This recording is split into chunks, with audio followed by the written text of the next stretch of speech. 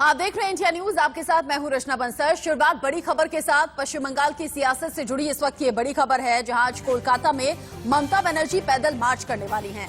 महिला सुरक्षा इस पैदल मार्च का मुद्दा होने वाला है। महिला सुरक्षा को लेकर केंद्र सरकार के खिलाफ मोर्चा खोलेंगे और महिला सुरक्षा का मुद्दा उठाएंगे।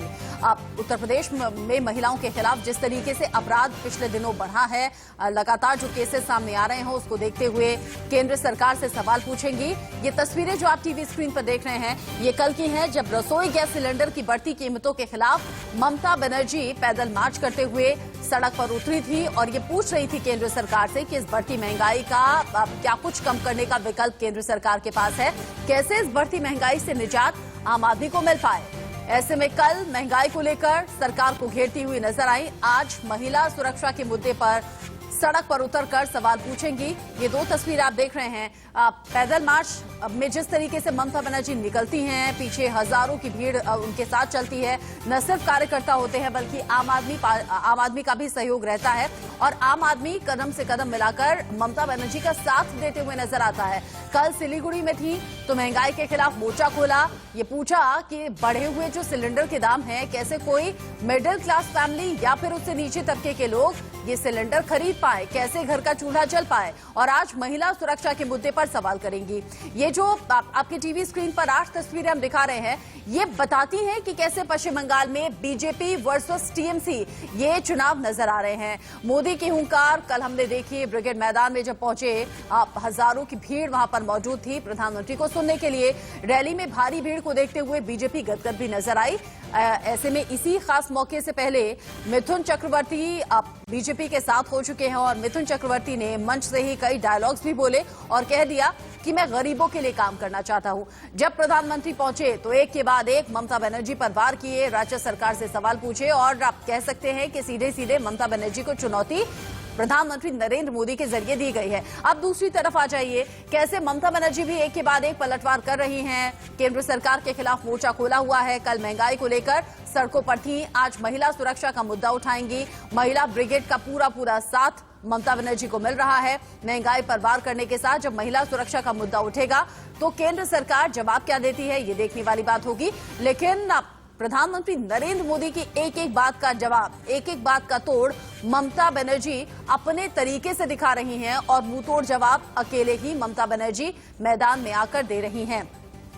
अब 5 तस्वीरें आगे बढ़ते हुए 4 तस्वीरें हम आपको दिखाएंगे। इन 4 तस्वीरों से आप समझिएगा बंगाल में आखिर चल क्या रहा है।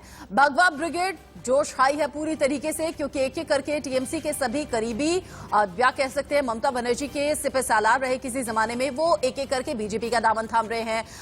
ममता का महंगाई का मुद्दा जो है उस पर क्या केंद्र सरकार जवाब देगी, ये आने वाला वक्त बताएगा। लेकिन महंगाई पर चौतरफा घिरी हुई है केंद्र सरकार, ये किसी से छिपा नहीं है। बंगाल में चुनावी फाइट चल रही है और अलग अलग रंग इस वक्त सियासत के देखने को मिल रहे हैं। कह सकते हैं कि पश्चिम बंगाल में माहौल पूरी तरह से टाइट है और चुनावों को देखते हुए पार्टी हर वो जोर आजमाइश कर रही है जिससे लोगों का प्यार वोट बैंक में तब्दील होकर उनके पाले में आ सके। और आप सभी अपनी अपनी जीत को लेकर दावा कर रहे हैं। ममता बनर्जी कह रही है किसी के जाने से फर्क नहीं पड़ता। बीजेपी कह रही है 200+ सीटें जीतेंगे। पश्चिम बंगाल मई के बाद सोनार बांग्ला हो जाएगा। अब बंगाल के दंगल में प्रधानमंत्री नरेंद्र मोदी खुद मोर्चा संभाल रहे हैं। मोदी और ममता सीधा पलटवार और वार हम देख रहे हैं। एक के बाद एक बयान सामने आते हैं। आपको यह भी समझना चाहिए कि कैसे प्रधानमंत्री नरेंद्र मोदी एक के बाद एक वार करते हैं और ममता बनर्जी कैसे जवाब दे रही हैं।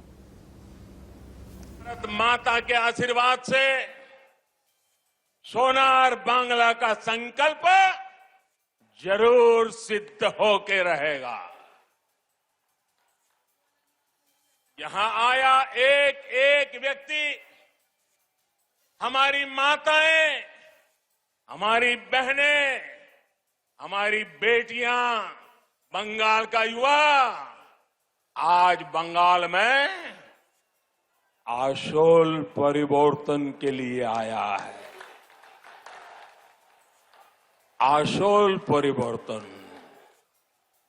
मैं विश्वास दिलाने आया हूं कि आपके लिए, यहां के नौजवानों के लिए, यहां के किसानों के लिए, उद्यमियों के लिए, यहां की बहनों बेटियों के विकास के लिए हम 24 घंटे दिन रात मेहनत से काम करेंगे। हम मेहनत करने में कोई कमी नहीं रखेंगे। बांग्ला को सोनार बांग्ला बनाएगा। बोलो दिल्ली को तो बेच दिया, दिल्ली का लाल किला को बेच दिया, कब ताजमहल को बेच देंगे, इंडियन रेलवे को बेच दिया, बीएसएनएल को बेच दिया, कोल इंडिया को बेच दिया, डिफेंस को बेच दिया, एयर इंडिया को बेच दिया। हाय कहा खाली इंडिया का नाम बदलना है आपका नाम पे, बाकी तो यही है। शर्म लगता है, शर्म लगता है कि आज वल्लभ भाई पटेल उसका नाम पे जो स्टेडियम था आपका नाम पे कर दिया। मोदी ने ममता के खिलाफ नारे से वार किया, वहीं ममता ने भी मोदी को जवाब देने में देर नहीं की।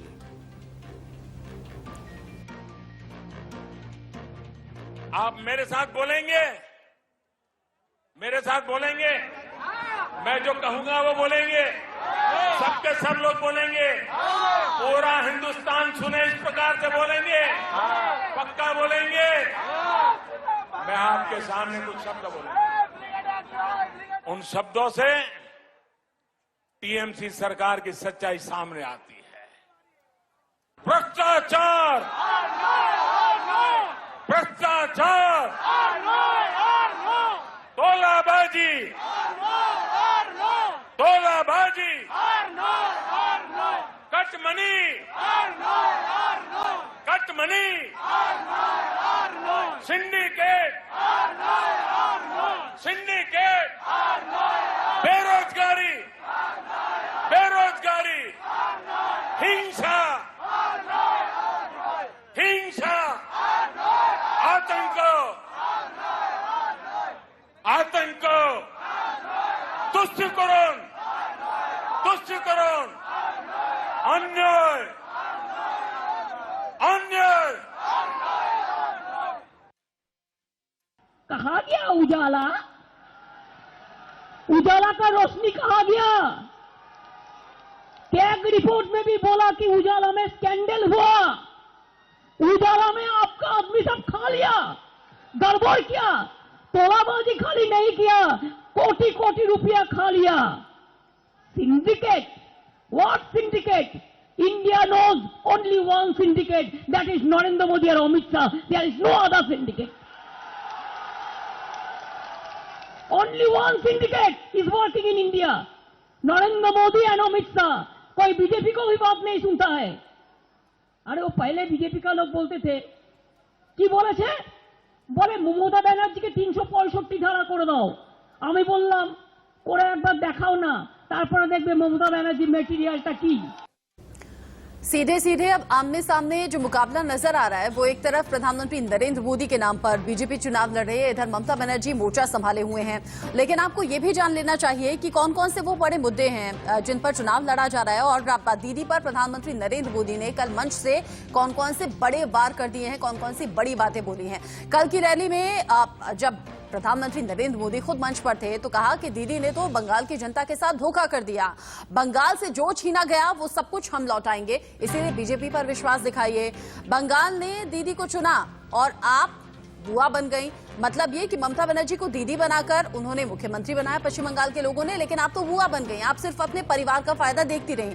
दीदी का रिमोट कंट्रोल कहीं और है, ये भी आरोप प्रधानमंत्री ने लगा दिया। साथ ही कहा कि टीएमसी का क्रूर चेहरा हर कोई देख रहा है और अब हर कोई बदलाव चाहता है। मां, माटी, मानुष की हालत फिलहाल खराब है, बंगाल के साथ सालों से छल हुआ है, अब सुधार की स्थिति आनी चाहिए। ममता राज में गरीब जो आदमी था वो और ज्यादा गरीब होता चला गया, जो अब गरीब और अमीर का फर्क मिटना चाहिए। अच्छा हुआ कि आप स्कूटी से नहीं गिरी, ये भी प्रधानमंत्री ने बोला। आपको याद होगा जब ममता बनर्जी आप स्कूटी पर निकली थी अपनी रैली में तो थोड़ा सा स्कूटी उनकी लड़खड़ाई थी, जिसको लेकर प्रधानमंत्री ने यहां भी आरोप लगाया, वार किया। लेकिन आप ये भी जान लीजिए पश्चिम बंगाल चुनाव में कौन कौन से वो बड़े मुद्दे हैं जो इस वक्त छाए हुए हैं और इन्हीं के आधार पर चुनाव लड़ा जा रहा है। केंद्र सरकार वर्सेस राज्य सरकार की जो योजनाएं हैं उनको लेकर यहां बहुत ज्यादा वार पलटवार की स्थिति है। हिंदुत्व ऐसा मुद्दा है जो इन चुनावों में छाया हुआ है। बीजेपी बार बार हिंदुत्व की बात बात करती है। हिंसा को लेकर बीजेपी आरोप लगा रही है टीएमसी पर, टीएमसी आरोप लगा रही है बीजेपी पर कि बीजेपी की एंट्री हुई तो पश्चिम बंगाल में हिंसा शुरू हो गई। ऐसी घटनाएं बार बार हो रही हैं। सीएए, एनआरसी ये मुद्दा छाया हुआ है। ममता बनर्जी कह रही हैं लागू नहीं होने देंगी, बीजेपी कह रही है हम लागू करेंगे। महंगाई का मुद्दा जिसको लेकर ममता बनर्जी केंद्र सरकार से सवाल पूछ रही है कि इस महंगाई से निजात मिले कैसे। महिला सशक्तिकरण को बढ़ावा देने की बात भी कही जा रही है और कह रही है बीजेपी कि विकास के आधार पर वोट कीजिए, जो विकास अब तक पिछले इतने सालों में नहीं हुआ वो हम आकर करेंगे। हमारे साथ पैनल जुड़ गया है, बात हम करेंगे। बीजेपी प्रवक्ता हमारे साथ हैं वीरेंद्र सिंह बब्बर जी, अब साथ ही साथ हमारे साथ राजनीतिक विश्लेषक के तौर पर सुप्रिया सत्तम जुड़ गई हैं। संजय सरकार नेता टीएमसी हमारे साथ जुड़े हुए हैं और राजनीतिक विश्लेषक प्रेम कुमार जी भी हमारे साथ हैं। वीरेंद्र जी, कल प्रधानमंत्री नरेंद्र मोदी ने बहुत बड़ी बड़ी बातें मंच से कह दी हैं। आपको लग रहा है कि ऐसी बड़ी बड़ी बयानबाजी के बाद पश्चिम बंगाल में जंग जीत ली, समझ लिए? नमस्कार। सबसे पहले तो मैं आपके चैनल के माध्यम से देश की जनता का स्वागत करता हूं, धन्यवाद करता हूं आपका कि आपने मुझे इस पैनल पे अपने बीच में बिठाया। और जिस प्रकार से आपने देखा किस प्रकार से कल नरेंद्र मोदी जी जब ब्रिगेड मैदान कलकत्ता में थे, 10 लाख से ज्यादा लोग वहां उपस्थित थे उनको सुनने के लिए, और कोई आरोप नहीं लगाया। जो वेस्ट बंगाल की जो वास्तविकता है वो कलकत्ता की जनता को बताने की कोशिश की कि ममता दीदी की जगह केवल ममता बुआ का रोल उन्होंने वहां निभाया है। जिस प्रकार से आप ही बोल रहे थे कि ममता जी ने बड़ा सीधा कहा कि मैं एनआरपी और सीएए लागू नहीं होने दूंगी। क्या एनआरपी और सीएए देश के विरोध में है? देश के हित में जो काम किए जाएंगे, आप देखिए केवल यही नहीं, मोदी सरकार के द्वारा लागू की गई वो सभी योजनाएं जिससे बंगाल की जनता को लाभ मिल सकता था, चाहे वो किसान सम्मान निधि हो। अभी वो दीदी बात कर रही थी, अभी बुआ जी हमारी कह रही थी कहाँ है रोशनी, कहाँ है उज्ज्वला। आपने वो योजनाएं तो लागू नहीं होने दी। 5 लाख रुपए तक का जो मुफ्त गरीब आदमी का इलाज हो सकता था वो योजनाएं तो आपने वहां लागू होने नहीं दी। जितने भी विकास के कार्य होने चाहिए थे, जितना भी केंद्र की योजनाओं को वेस्ट बंगाल की जनता को लाभ मिलना चाहिए था, जो वेस्ट बंगाल की जनता का अधिकार है, उनका मौलिक अधिकार है, देश के किसी भी हिस्से में रहने वाले व्यक्ति को हर उस योजना का लाभ मिले जो केंद्र सरकार के माध्यम से देश के किसी दूसरे हिस्से में लागू है। परंतु ममता जी ने केवल और केवल अपनी ईगो के कारण बुआ जी ने वो सभी योजनाएं वहां लागू नहीं होने दी। तो निश्चित रूप से बंगाल की जनता त्रस्त है और आने वाले समय में 2 मई को आप और हम इसी चैनल पे बैठेंगे। पूरे विश्वास के साथ कह सकता हूं जो 200 पार का लक्ष्य हमने रखा है वो निश्चित रूप से हम अचीव करेंगे। संजय सरकार जी, अगर बीजेपी 200 प्लस सीटें जीतेगी तो आपके हिस्से कितनी आएंगी? बीजेपी तो अपने तर्कश से एक के बाद एक तीर निकाल रही है और टीएमसी से एक के बाद एक कार्यकर्ता बीजेपी में जा रहे हैं, बड़े लीडर्स बीजेपी में जा रहे हैं। कैसे होगी आगे की राह आसान? सबसे पहले तो अंतर्राष्ट्रीय महिला दिवस है। मेरे उम्र से जो बड़े हैं सबको मेरे तरफ से प्रणाम, और जो मेरे से छोटे सबको शुभकामनाएं देते हैं। आपको भी शुभकामनाएं देते हैं आज अंतर्राष्ट्रीय महिला दिवस के लिए। देखिए, सबसे बड़े बात है कल जो रैली हुआ था मैदान में, भाषण दे रहे थे वहां पर, तो बोला गया था 10 लाख आदमी को समागम होगा। 3:40 में जब मीटिंग खत्म होने के बाद हर पेपर में ऑनलाइन पोर्टल में आ गए हैं। पीछे जब मोदी जी भाषण दे रहा, पीछे आदमी ही है नहीं, जनता ही है नहीं। 10 लाख का 1 लाख जुटा नहीं पाए, जनता उनको साथ में है ही है। ना जमीन उसको पैर में मिट्टी है, न जमीन है, न जन समर्थन है। और अगर 200 सीट बोल रहा है, अभी 78,903 बूथ है। कोरोना काल में वो 1,01,000 बूथ हो चुके। वहां पर एजेंट एक बूथ में एक एजेंट देने पड़ता, वो एजेंट देने के लिए आदमी नहीं।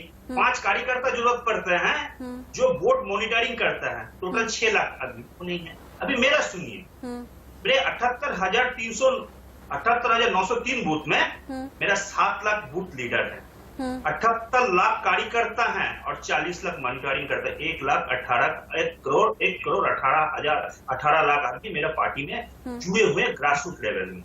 और जिस लीडर के बारे में आप बोल रहे हैं ना, जो एक एक करके चला जा रहे हैं, वो जरा मेरे बूथ के जो लीडर होता है सबसे बड़ा लीडर होता है। वो किसी को विधायक से मुख्यमंत्री बनाता है, किसी को एमपी से प्रधानमंत्री बनाता है। उससे बड़ा कार्यकर्ता कोई नहीं होता है, उससे बड़ा लीडर। मतलब यूथ पर आप विश्वास कर रहे हैं, यूथ पर आप विश्वास कर रहे हैं, युवाओं को मौका दे रहे हैं। खत्म करने दीजिए जी, 1 मिनट में खत्म करने दीजिए। मैडम, आज अंतर्राष्ट्रीय महिला दिवस, आपको भी शुभकामनाएं हैं। आज जो बात बोल रहे हैं, एक महिला के लिए हम बात बोलेंगे, उसके बारे में जो बुआ भतीजा जो बोल रहे हैं ना, वो भी बोलेंगे।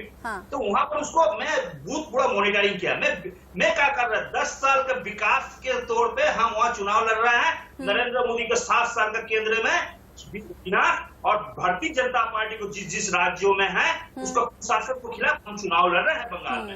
हम 10 साल में 94 लाख आदमी को नौकरी दिया है। हाँ।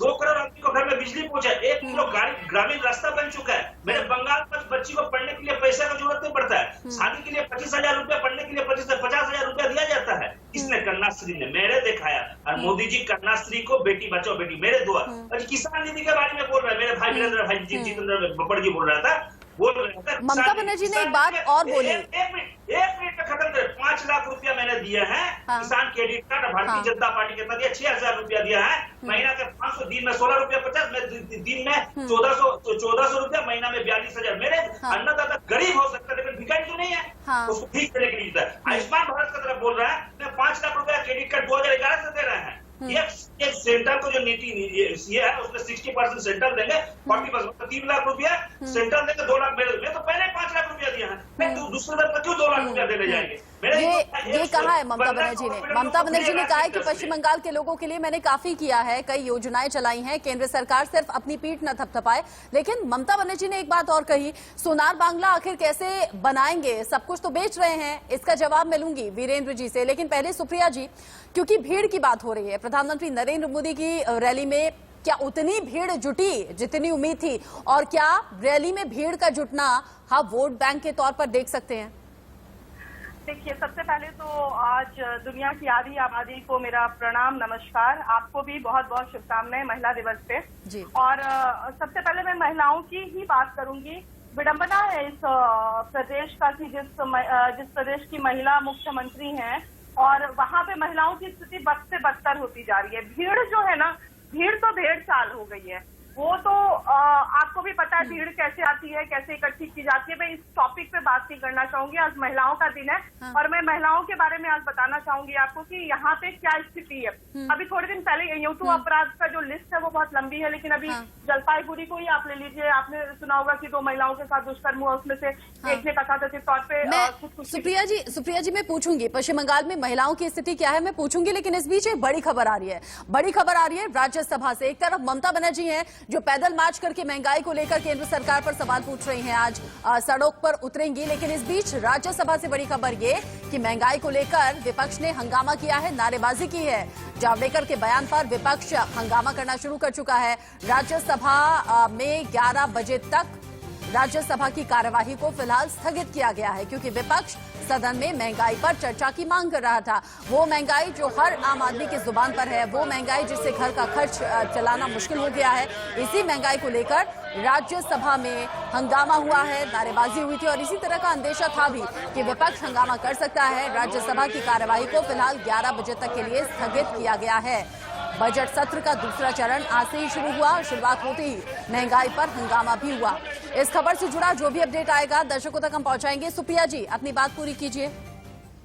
जी देखिए, ये चुनावी दंगल अब इरादों का नहीं वादों का हो गया है। डेवलपमेंट की कोई बात नहीं कर रहा है। गाय, गोबर, मुस्लिम, हिंदू, इसकी बातें चल रही हैं। और भीड़ की जहां तक बात है, भीड़ की फिर वही वाली बात है कि आप देखिए, भीड़ तो वही चेहरे हैं जो टीएमसी के में भी चले जाते हैं रैली में, वही लोग हैं। लोग तो एक ही है, पश्चिम बंगाल में कोई अलग से लोग नहीं आ रहे। ये लोग हैं जो वहां पे जाके और बनते हैं। मैं भीड़ की बात बिल्कुल नहीं करना चाहूंगी। मैं जो बात ममता दीदी ने की थी माँ माटी और मानुष की, तो माँ भी खतरे में है और माटी भी खतरे में है और मानुष भी यहाँ के खतरे में है। क्योंकि जो देखिए, बंगाल आपको मानना पड़ेगा कि बंगाल हमेशा जो ये धरती रही है ना, सुरमाओं की धरती रही है, आंदोलन की आग हमेशा से निकली है, देश की दशा और दिशा यहीं से बदली है हमेशा। तो लेकिन अब वो सब थम गया है। अब ये जो यहाँ पे अराजकता की स्थिति फैली हुई है, गुंडागर्दी, मैं अभी किसी से बात कर रही थी, मैं बिल्कुल हकीकत के धरातल की बात आपको बताना चाहूंगी कि यहाँ पे मैंने देखा, मैं किसी पक्ष और विपक्ष और हिंदू मुस्लिम की बात बिल्कुल नहीं करना चाहती, लेकिन जो टीएमसी की गुंडागर्दी है, एक लेडी से मैं बात कर रही थी यहाँ पे, उन्होंने मुझे बताया कि काम करती है वो घर में। मैंने बोला आप आई क्यों नहीं, वो तो उन्होंने बोला कि यहाँ पे जब इनका कोई मीटिंग होता है ना मैडम, तो वो घर पे अगर कोई नहीं जाता है तो उसको बहुत तंग करते हैं, रात को मवेशी चुरा लेते हैं और हुक्का पानी बंद कर देते हैं। तो इस टाइप की जो है ना, ये जो दबाव है, आप जो भीड़ की बात करें थी, यही बात मैं आपको कहना चाहूंगी, ये जो दबाव कहीं आप ये तो नहीं कह रही कि महागठबंधन की तरफ रुझान लोगों का है? अगर टीएमसी गुंडागर्दी कर रही है, अगर बीजेपी सिर्फ बड़े बड़े दावे कर रही है, कुछ करती नहीं है हकीकत में, आप ये तो नहीं कह रही कि महागठबंधन की तरफ रुझान पश्चिम बंगाल के लोगों का है? देखिए, बदलाव की बयार तो कहीं ना कहीं, क्योंकि जिस तरह से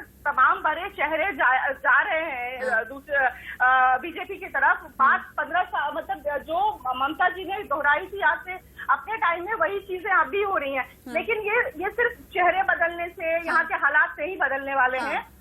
बदलाव की बयार तो देखिए, बसंत का मौसम है जनाब, बदलाव की बयार तो चलेगी। एक जो यहाँ पे elite class, so called elite class जो कहते हैं ना, वो कहीं ना कहीं चाहती है ये बदलाव। अब मैं आपको बताती हूँ ये बदलाव क्यों चाहिए। जो ये भीड़ आ रही है बाहर से और तादाद जो बढ़ रही है, और यहाँ पे लोगों को एक तरह से महिलाओं की भी बात मैं कहूंगी कि जीना एक मुश्किल सा हो गया। जो एक फ्रीडम थी ना, लोग कहते थे दिल्ली में बड़ा मुश्किल है, लेकिन कोलकाता में आप कहीं भी घूम सकती है फ्रीडम के साथ, वो फ्रीडम कहीं ना कहीं अब खत्म होती जा रही है।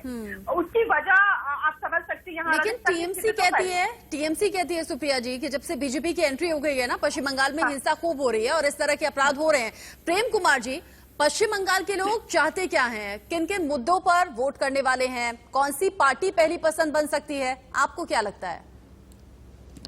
देखिए रचना जी, पश्चिम बंगाल की जनता राजनीतिक रूप से बहुत प्रबुद्ध है, तो निश्चित रूप से ममता बनर्जी के कार्यकाल का भी वो की समीक्षा करेगी और उन बातों की भी समीक्षा करेगी जो डबल इंजन के नाम पर बताए जा रहे हैं कि हम ये कर देंगे वो कर देंगे। तो डबल इंजन की जो सरकारें हैं उसको जनता ने पूरे देश में लगातार खारिज किया है। आप 2014 के बाद से जितने चुनाव हुए हैं लगातार आप देखेंगे तो भारतीय जनता पार्टी अपने दम पर तो चुनाव जीत ही नहीं पाई है। कहीं कहीं गठबंधन में जीती है, जैसा बिहार है, महाराष्ट्र में भी जीत के सत्ता में नहीं आ पाई, अपने दम पर नहीं जीती है। डबल इंजन की थ्योरी को जनता ने खारिज किया है, एक बात। दूसरी बात है कि ममता बनर्जी की सरकार की जो एंटी इनकम्बेंसी है, जो असंतोष है, उस असंतोष के लिए वो बीजेपी को क्यों बिठाए, जबकि बीजेपी को देख रही है जनता की बीजेपी की सरकार में देश में 14 करोड़ नौकरियां छीन ली गई हैं। देने की बात तो छोड़ दीजिए,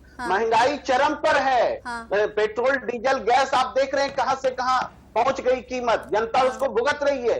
ये पूरे देश में किसान आंदोलन कर रहे हैं, शहादत दे रहे हैं, लेकिन सरकार के कान में जू नहीं रेंग रही है। ये जन विरोधी जो रवैया केंद्र सरकार का बीजेपी का जो सामने आया है, तो वो ममता बनर्जी के मुकाबले बीजेपी को क्यों प्रश्रय दे, ये सबसे बड़ा सवाल है। इसलिए केवल जैसे रैली की बात है, हमने देखा कि 60 लाख रुपए दे करके ट्रेनें भर करके लोग नरेंद्र मोदी जी की रैली में गए।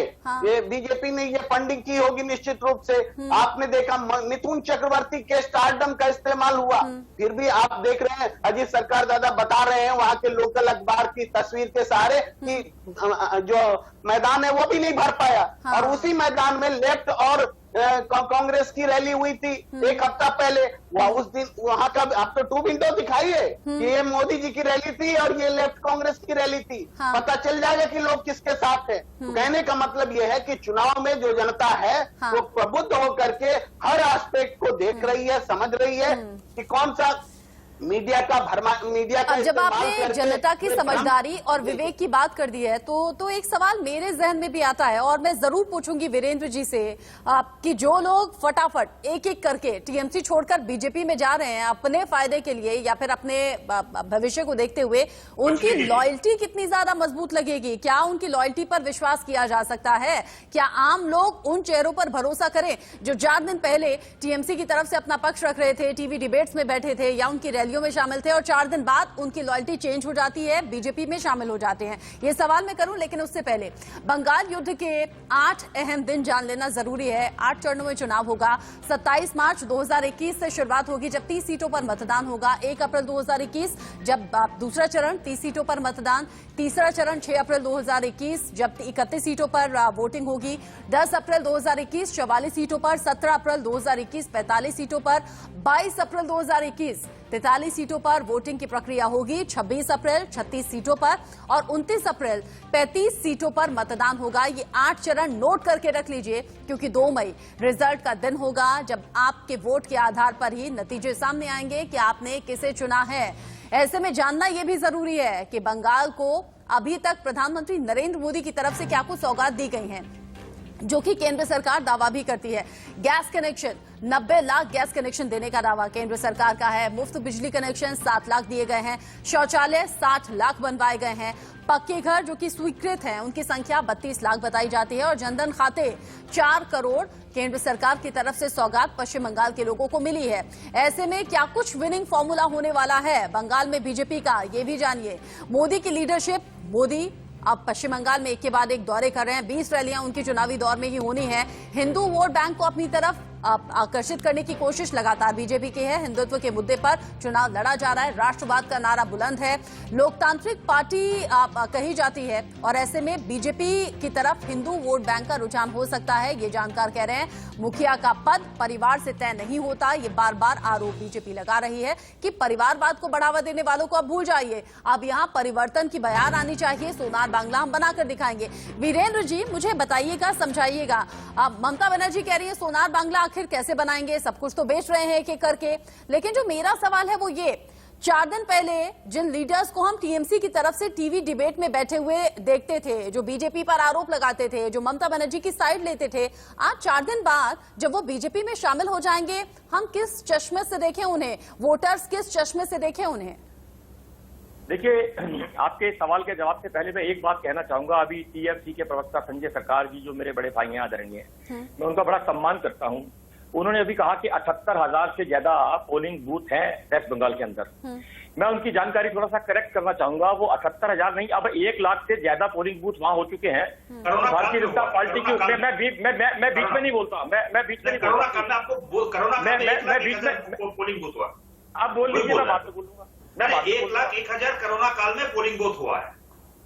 तो 1 लाख, यानी कि भारतीय जनता पार्टी की जानकारी दुरुस्त है कि हमें 78,000 नहीं 1 लाख से ज्यादा पोलिंग एजेंट बना रहे हैं। और ये उस पार्टी से कह रहे हैं कि उनके पास 1 लाख पोलिंग बूथ पे बिठाने वाले कार्यकर्ता नहीं है, जिन्हें 2,30,28,343 वोट पिछले लोकसभा चुनाव में मिले हैं जी। उनसे ये कहते हैं कि 1 लाख उनके पास कार्यकर्ता बिठाने के लिए नहीं है। मैं इनकी जानकारी को करेक्ट करने के लिए आपको बता रहा हूं कि कहीं हवाबाजी में जमीन ना निकल जाए पैर के नीचे से। भारतीय जनता पार्टी के पास 1 लाख नहीं, 2,30,28,343 वोटर, वो सभी भारतीय जनता पार्टी के कार्यकर्ता बनकर के भारतीय जनता पार्टी का काम करेंगे। हाँ। दूसरी बात, आपका सवाल था कि जो लोग 4 दिन पहले तक टीएमसी के माध्यम से उनके टीवी डिबेट में उनकी तरफ से बैठते थे, परंतु जब उन्होंने ममता दीदी की ये बातें सुनी, दीदीगिरी की जगह जब वहां दादागिरी शुरू हो गई, ममता बनर्जी जब इस प्रकार से बयान देती थी कि मोदी को थप्पड़ मारूंगी, कंकड़ मारा रसगुल्ला खिलाऊंगी, जब उन्होंने देखा कि किस प्रकार से एक प्रदेश की मुख्यमंत्री देश के प्रधानमंत्री के खिलाफ बात करती हैं, जब किस प्रकार से उन्होंने देखा कि तुष्टीकरण की राजनीति किस प्रकार से वेस्ट बंगाल के अंदर की जा रही है, जहां वहां की मुख्यमंत्री कहती हैं मुसलमान दूध देने वाली गाय हैं, मैं उनकी दुरुस्ती भी सहूंगी, और हिंदुओं को अगर दुर्गा पूजा की पूजा करने के लिए अनुमति चाहिए तो आप उसके अंदर रोक लगाते हैं। प्रभु श्री राम की यात्रा निकालनी है, आप उसके अंदर रोक लगाते हैं।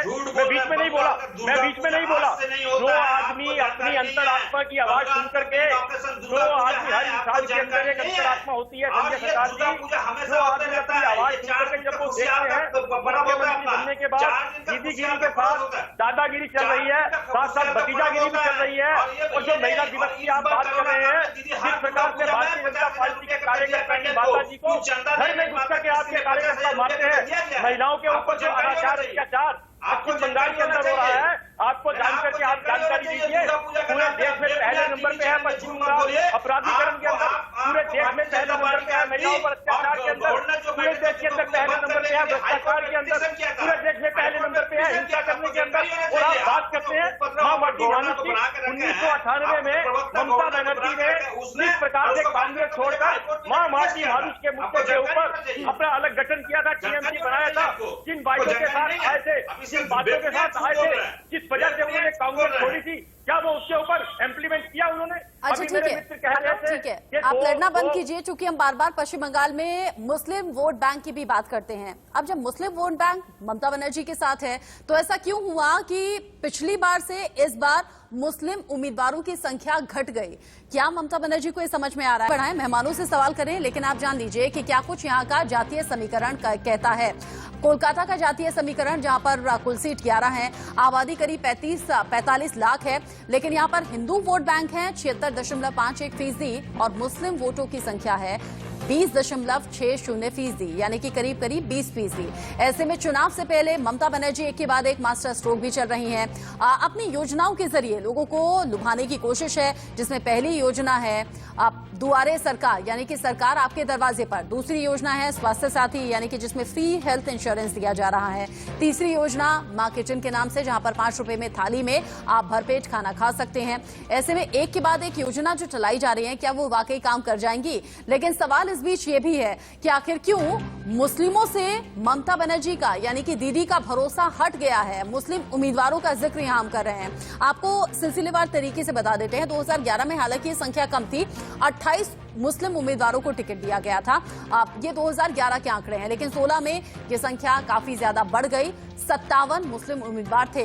लेकिन 2021 में ये जो आंकड़ा घटा है, इसको लेकर भी चर्चा हो रही है, क्योंकि इस बार सिर्फ 42 मुस्लिम उम्मीदवारों पर दांव खेल रही हैं ममता बनर्जी। और एक के बाद एक ऐसी कोशिश कि मुस्लिम वोट बैंक के साथ साथ हिंदुओं को कहीं नाराज न कर दें, हिंदू वोट बैंक भी बना रहे। अब ऐसे में ये भी जानिए कि टीएमसी की बड़ी बातें क्या कुछ हैं इस बार उम्मीदवारों को लेकर। पहली बात यह कि महिला उम्मीदवारों की संख्या यहां पर बढ़ गई है, महिलाओं पर दांव खेला है। दूसरी बड़ी बात यह है कि 114 नए चेहरों पर दांव लगाया गया है, क्योंकि युवाओं पर ज्यादा यकीन कर रही हैं, महिलाओं को मौका दे रही हैं। तीसरी बड़ी बात यह है इस बार उम्मीदवारों की लिस्ट को लेकर, क्योंकि मुस्लिम उम्मीदवार घट गए हैं, जो मैंने बताया 57 से 42 ये संख्या हो गई है। ऐसे में अगर महिलाओं को ज्यादा मौका मिल रहा है, अगर नए चेहरों को ज्यादा मौका मिल रहा है, अगर नए चेहरों पर दांव लगा रही हैं ममता बनर्जी, तो क्या ये वाकई फायदे का सौदा साबित होगा, या फिर कहीं नुकसान में तो ममता बनर्जी नहीं आ जाएंगी? इस पर हम बात करें, लेकिन हमारे साथ जो पैनल बना हुआ है एक बार फिर से हम रुक कर लेंगे। और संजय सरकार जी, सवाल मेरा आपसे ही होगा। एक तरफ देखिए बीजेपी में एक के बाद एक ज्वाइनिंग हो रही है, और मिथुन चक्रवर्ती ने जो मंच से कहा उसका मैं पूछूं सवाल वीरेंद्र जी से, लेकिन आप मुझे बताइए टीएमसी तोड़ क्या निकाल रही है बीजेपी की इन सभी कोशिशों का, और ये जो मुस्लिमों पर घटता हुआ विश्वास है, इस पर आप क्या कहेंगे? देखिए, एक चीज आपको कहना चाहेंगे हम, मेरे उम्मीदवार जो वहां पर डिक्लेयर किए हैं, उस हिंदू मुसलमान देख के नहीं, वहां पर कौन कितना काबिल है उसको हिसाब से देख के दिया जाता है। हिंदू इलाका में भी मुसलमान कैंडिडेट दिया जाता है, मुसलमान इलाका में भी हिंदू कैंडिडेट दिया जाता है। हाँ। इसके साथ इसको कंपेयर मत कीजिए, समीकरण बिल्कुल नहीं मिलते हैं। दूसरे नंबर बात है, मेरे पार्टी से सब छूट के जा रहे हैं। मैं एक चीज बताया, मेरे 78,903 बूथ पहले थे, अभी 1,01,000 बूथ हो चुके हैं। उस बेस मेरा पार्टी बेस मेरा कार्यकर्ता है, ठीक है, उस बेस मेरा पार्टी, मेरा लीडर ममता बनर्जी है, उस हिसाब से हम चलता है। और रह गया मेरा बहना कुछ सब बोल रहे थे, मेरा बहना कुछ बोल रहा था, तो मेरे बहना जो पॉलिटिकल एनालिसिस बनी है वो कुछ बता रही थी, तो उस हिसाब से मेरा बहना को बताता हूँ आज महिला बंगाल में कितना बेनिफिटेड है। मेरा बहना सुन लीजिए, क्यों काम करने के लिए नहीं आती है, किसी को घर में जाने के लिए महिला का एक स्वाभिमान है बंगाल में। आप ऐसा मत बोलिए जब काम करने के लिए नहीं आता है। बंगाल में कन्याश्री जो दिया है उसमें 66 लाख महिला को हम लोग दे चुके, बच्ची को दे चुके हैं। उसमें मैं काटना चाहूंगी, वो स्वाभिमान की बात नहीं है, बहुत गरीबी है। आपको मैं बताना चाहूंगी, बहुत ज्यादा बदहाली है आपके, नहीं बहुत ज्यादा बदहाली है, ये बात तो मैं काटना चाहूंगी। गुंडागर्दी तो है, ये ब्रिगेड के नाम पे गुंडागर्दी तो यहाँ होती है। आप देखो, पूरे शहर को झुग्गियों का शहर बना रखा है आपने, वोट बैंक है आपका, मुसलमान हिंदू का खेल चलता है यहाँ पे। ऐसा मैं बिल्कुल नहीं मानूंगी। हकीकत के धरातल पर सब शून्य है। टीएमसी अपना खेला देखिए, ये माटी मानूस नहीं, ये मैं बिल्कुल नहीं मानूंगी, बिल्कुल नहीं। मैं आज विडंबना है कि महिला दिवस में भी आप महिलाओं की बात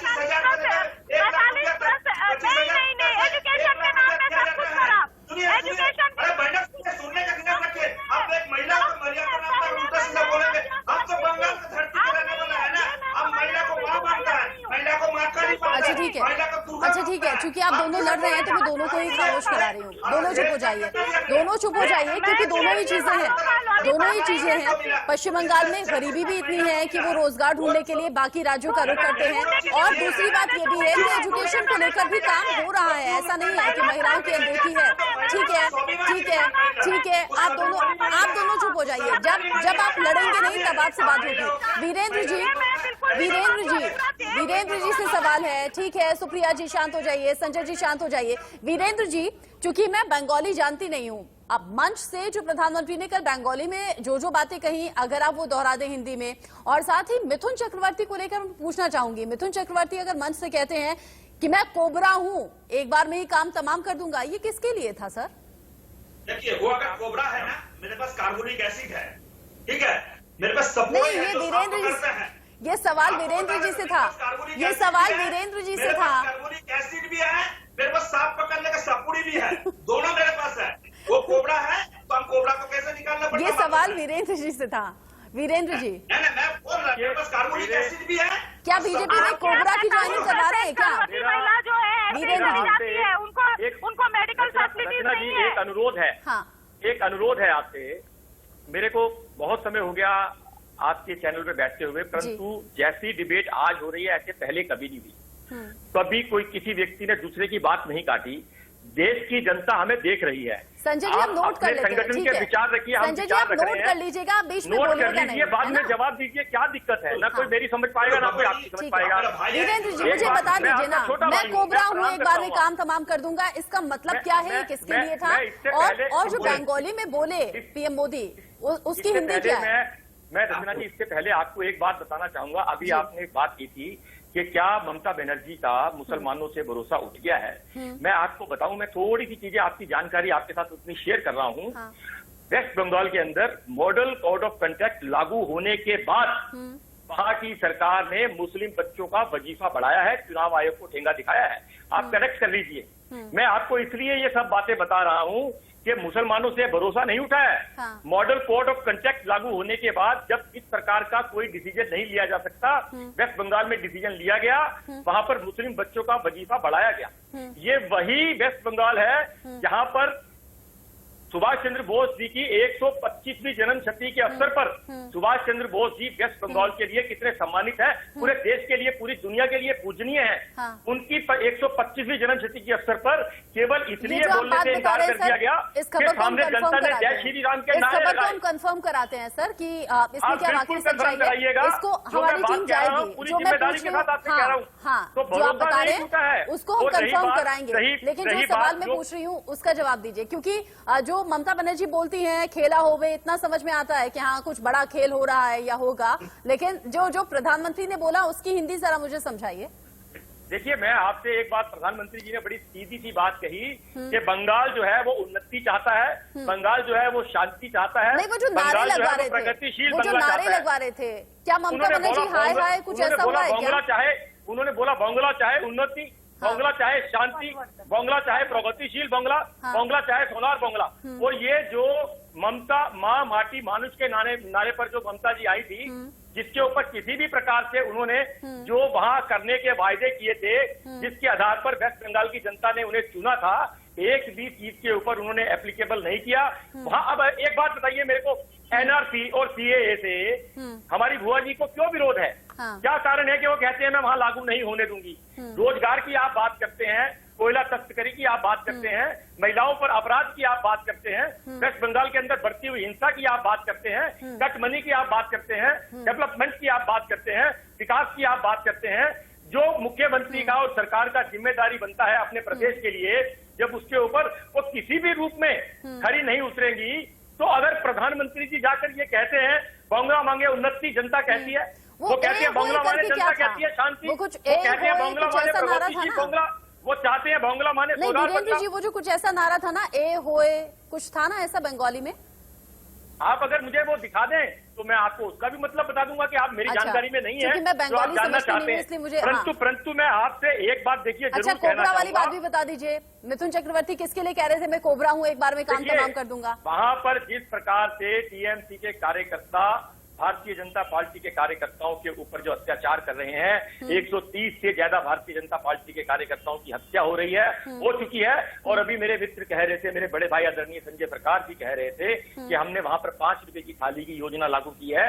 1 रुपए की थाली तो दिल्ली में हमारे सांसद गौतम गंभीर ने 10 जगह पे ऐसी दुकानें खोल रखी हैं, केवल एक सांसद है और आप मुख्यमंत्री होकर के 5 रुपए की थाली अपनी उपलब्धि बता रहे हैं। मेरा केवल और केवल सर इतना कहना है दीदी मेरा आपसे कि आज महिला दिवस है। पहले तो दीदी मैं आपको भी शुभकामनाएं देता हूं, बधाई देता हूं, परंतु क्योंकि हमारी जो सभ्यता है उसके अंदर प्रत्येक दिन महिला दिवस हम मनाते हैं। प्रत्येक दिन मातृशक्ति, बहन शक्ति, दीदी शक्ति, बेटी बचाओ बेटी पढ़ाओ, ये सब भारतीय जनता पार्टी के और हमारे आदरणीय प्रधानमंत्री नरेंद्र मोदी जी के नारे हैं। हमारे लिए प्रतिदिन महिला शक्ति की बात है, प्रतिदिन महिला दिवस की बात है। इसीलिए वीरेंद्र जी आज इसीलिए ममता बनर्जी भी सड़कों पर निकली हैं, पैदल मार्च कर रही हैं, पैदल मार्च करके महिलाओं की सुरक्षा का मुद्दा उठा रही हैं और आज केंद्र सरकार से सवाल भी पूछेंगी।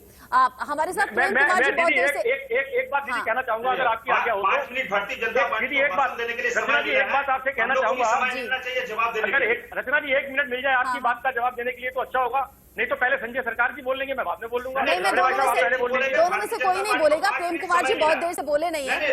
सुनिए एक सेकंड सर, सभी मेहमान मेरे लिए एक से हैं, सभी मेहमान मेरे लिए एक से हैं, क्योंकि नंदीग्राम की सीट बहुत ज्यादा चर्चा में रही है और नंदीग्राम पर ही लड़ाई बहुत ज्यादा दिलचस्प मानी जा रही है। वो ऐसा क्यों है ये भी समझ लीजिए, क्योंकि ममता बनर्जी इस बार भवानीपुर छोड़कर नंदीग्राम से चुनाव लड़ने की बात कर रही है और इसीलिए लड़ाई दिलचस्प हो गई है, क्योंकि बीजेपी की तरफ से शुभेंदु अधिकारी इस सीट पर चुनाव लड़ेंगे। नंदीग्राम से जब सीएम ममता बनर्जी चुनाव लड़ रही हैं तो दम ठोक रही हैं कि जीत कर दिखाऊंगी। बीजेपी की तरफ से शुभेंदु अधिकारी हैं कि ममता बनर्जी को हराकर रहूंगा। शुभेंदु अधिकारी टीएमसी का बड़ा चेहरा थे और यहां के लिए बहुत ज्यादा काम किया था और नंदीग्राम वही सीट है जहां पर काम करने के बाद ममता बनर्जी ने लेफ्ट को उखाड़ फेंका था। शुभेंदु के बीजेपी में जाने से ममता बनर्जी को बड़ा नुकसान हो सकता है, ये जानकार कह रहे हैं और आसपास की 50 सीटों पर शुभेंदु अधिकारी प्रभाव रखते हैं, वहां के लोगों के बीच जाकर काम किया है, इसीलिए शुभेंदु अधिकारी कॉन्फिडेंट है और कह रहे हैं कि मैं ममता बनर्जी को हराकर रहूंगा, यहां से जीत कर रहूंगा। प्रेम कुमार जी, नंदीग्राम सीट को लेकर ये जो लड़ाई है बहुत ज्यादा दिलचस्प दिख रही है। ममता बनर्जी खुद दाव ठोक रही है, कह रही है मैं जीत के दिखाऊंगी। शुभेंदु अधिकारी का अच्छा खासा प्रभाव है, ये अब तक का काम और आंकड़े बताता है, लेकिन जो पश्चिम बंगाल में फिलहाल चल रहा है आरोप प्रत्यारोप, एक नारा दूसरा नारा, खेला होवे, ये जो अलग अलग लैंग्वेज में नारे चल रहे हैं, पश्चिम बंगाल के लोग तो बेहतर समझ पाते होंगे, ये सब पसंद आ रहा है लोगों को, लेकिन क्या लोग एंटरटेन होने के साथ वोट करेंगे या अपने विवेक का इस्तेमाल करते हुए वोट करेंगे? देखिए रचना जी, ये तो लोकतंत्र की खूबसूरती है कि इस मौके पर दोनों पक्ष अपनी अपनी बात रख रहे हैं और जनता अपने प्रबुद्ध निर्णय देगी, ये निश्चित बात है। हम एक बात बोलना चाह रहे थे कि आज महिला दिवस है और महिला दिवस से ठीक एक दिन पहले प्रधानमंत्री नरेंद्र मोदी जी ने ममता बनर्जी के लिए जो उद्गार प्रकट किए वो निश्चित रूप से महिलाओं के लिए अपमानजनक है, चाहे वो उन्होंने स्कूटी का उदाहरण देके बोला हो, चाहे उन्होंने हाय हाय के नारे लगाए हो। और ऐसा नहीं कि प्रधानमंत्री जी पहली बार आपको समझ आया था, मतलब वो हाय हाय था बंगाली में, क्योंकि मुझे नहीं समझ आया था। उन्होंने कई शब्द उठाए ममता बनर्जी के नाम से, करप्शन के नाम से, आतंकवाद के नाम से, और जनता ने हाय हाय के नारे लगाए। तो ये नारा उनको शोभा नहीं देता।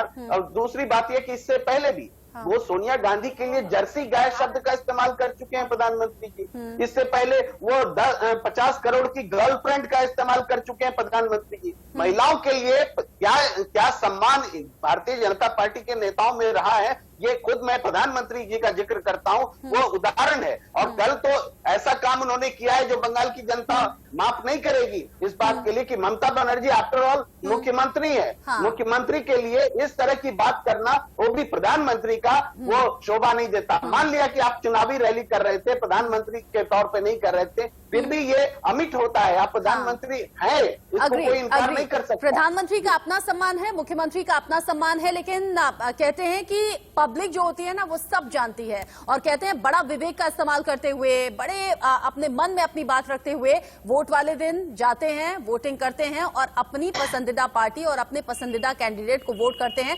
ऐसा ही पश्चिम बंगाल की जनता करे, ये हम उम्मीद करेंगे। बहुत शुक्रिया वीरेंद्र बब्बर जी, सुप्रिया सत्यम, संजय सरकार जी और प्रेम कुमार जी हमारे साथ जुड़ने के लिए। बड़ा अच्छा लगा आपके साथ बात करते हुए, लेकिन बड़ा अच्छा लगेगा अगर पश्चिम बंगाल की जनता अपनी विवेक का, अपनी बुद्धि का इस्तेमाल करते हुए चुनावी मुद्दों को आधार बनाकर वोट करे और 2 मई के रिजल्ट्स पर सभी की निगाहें हैं।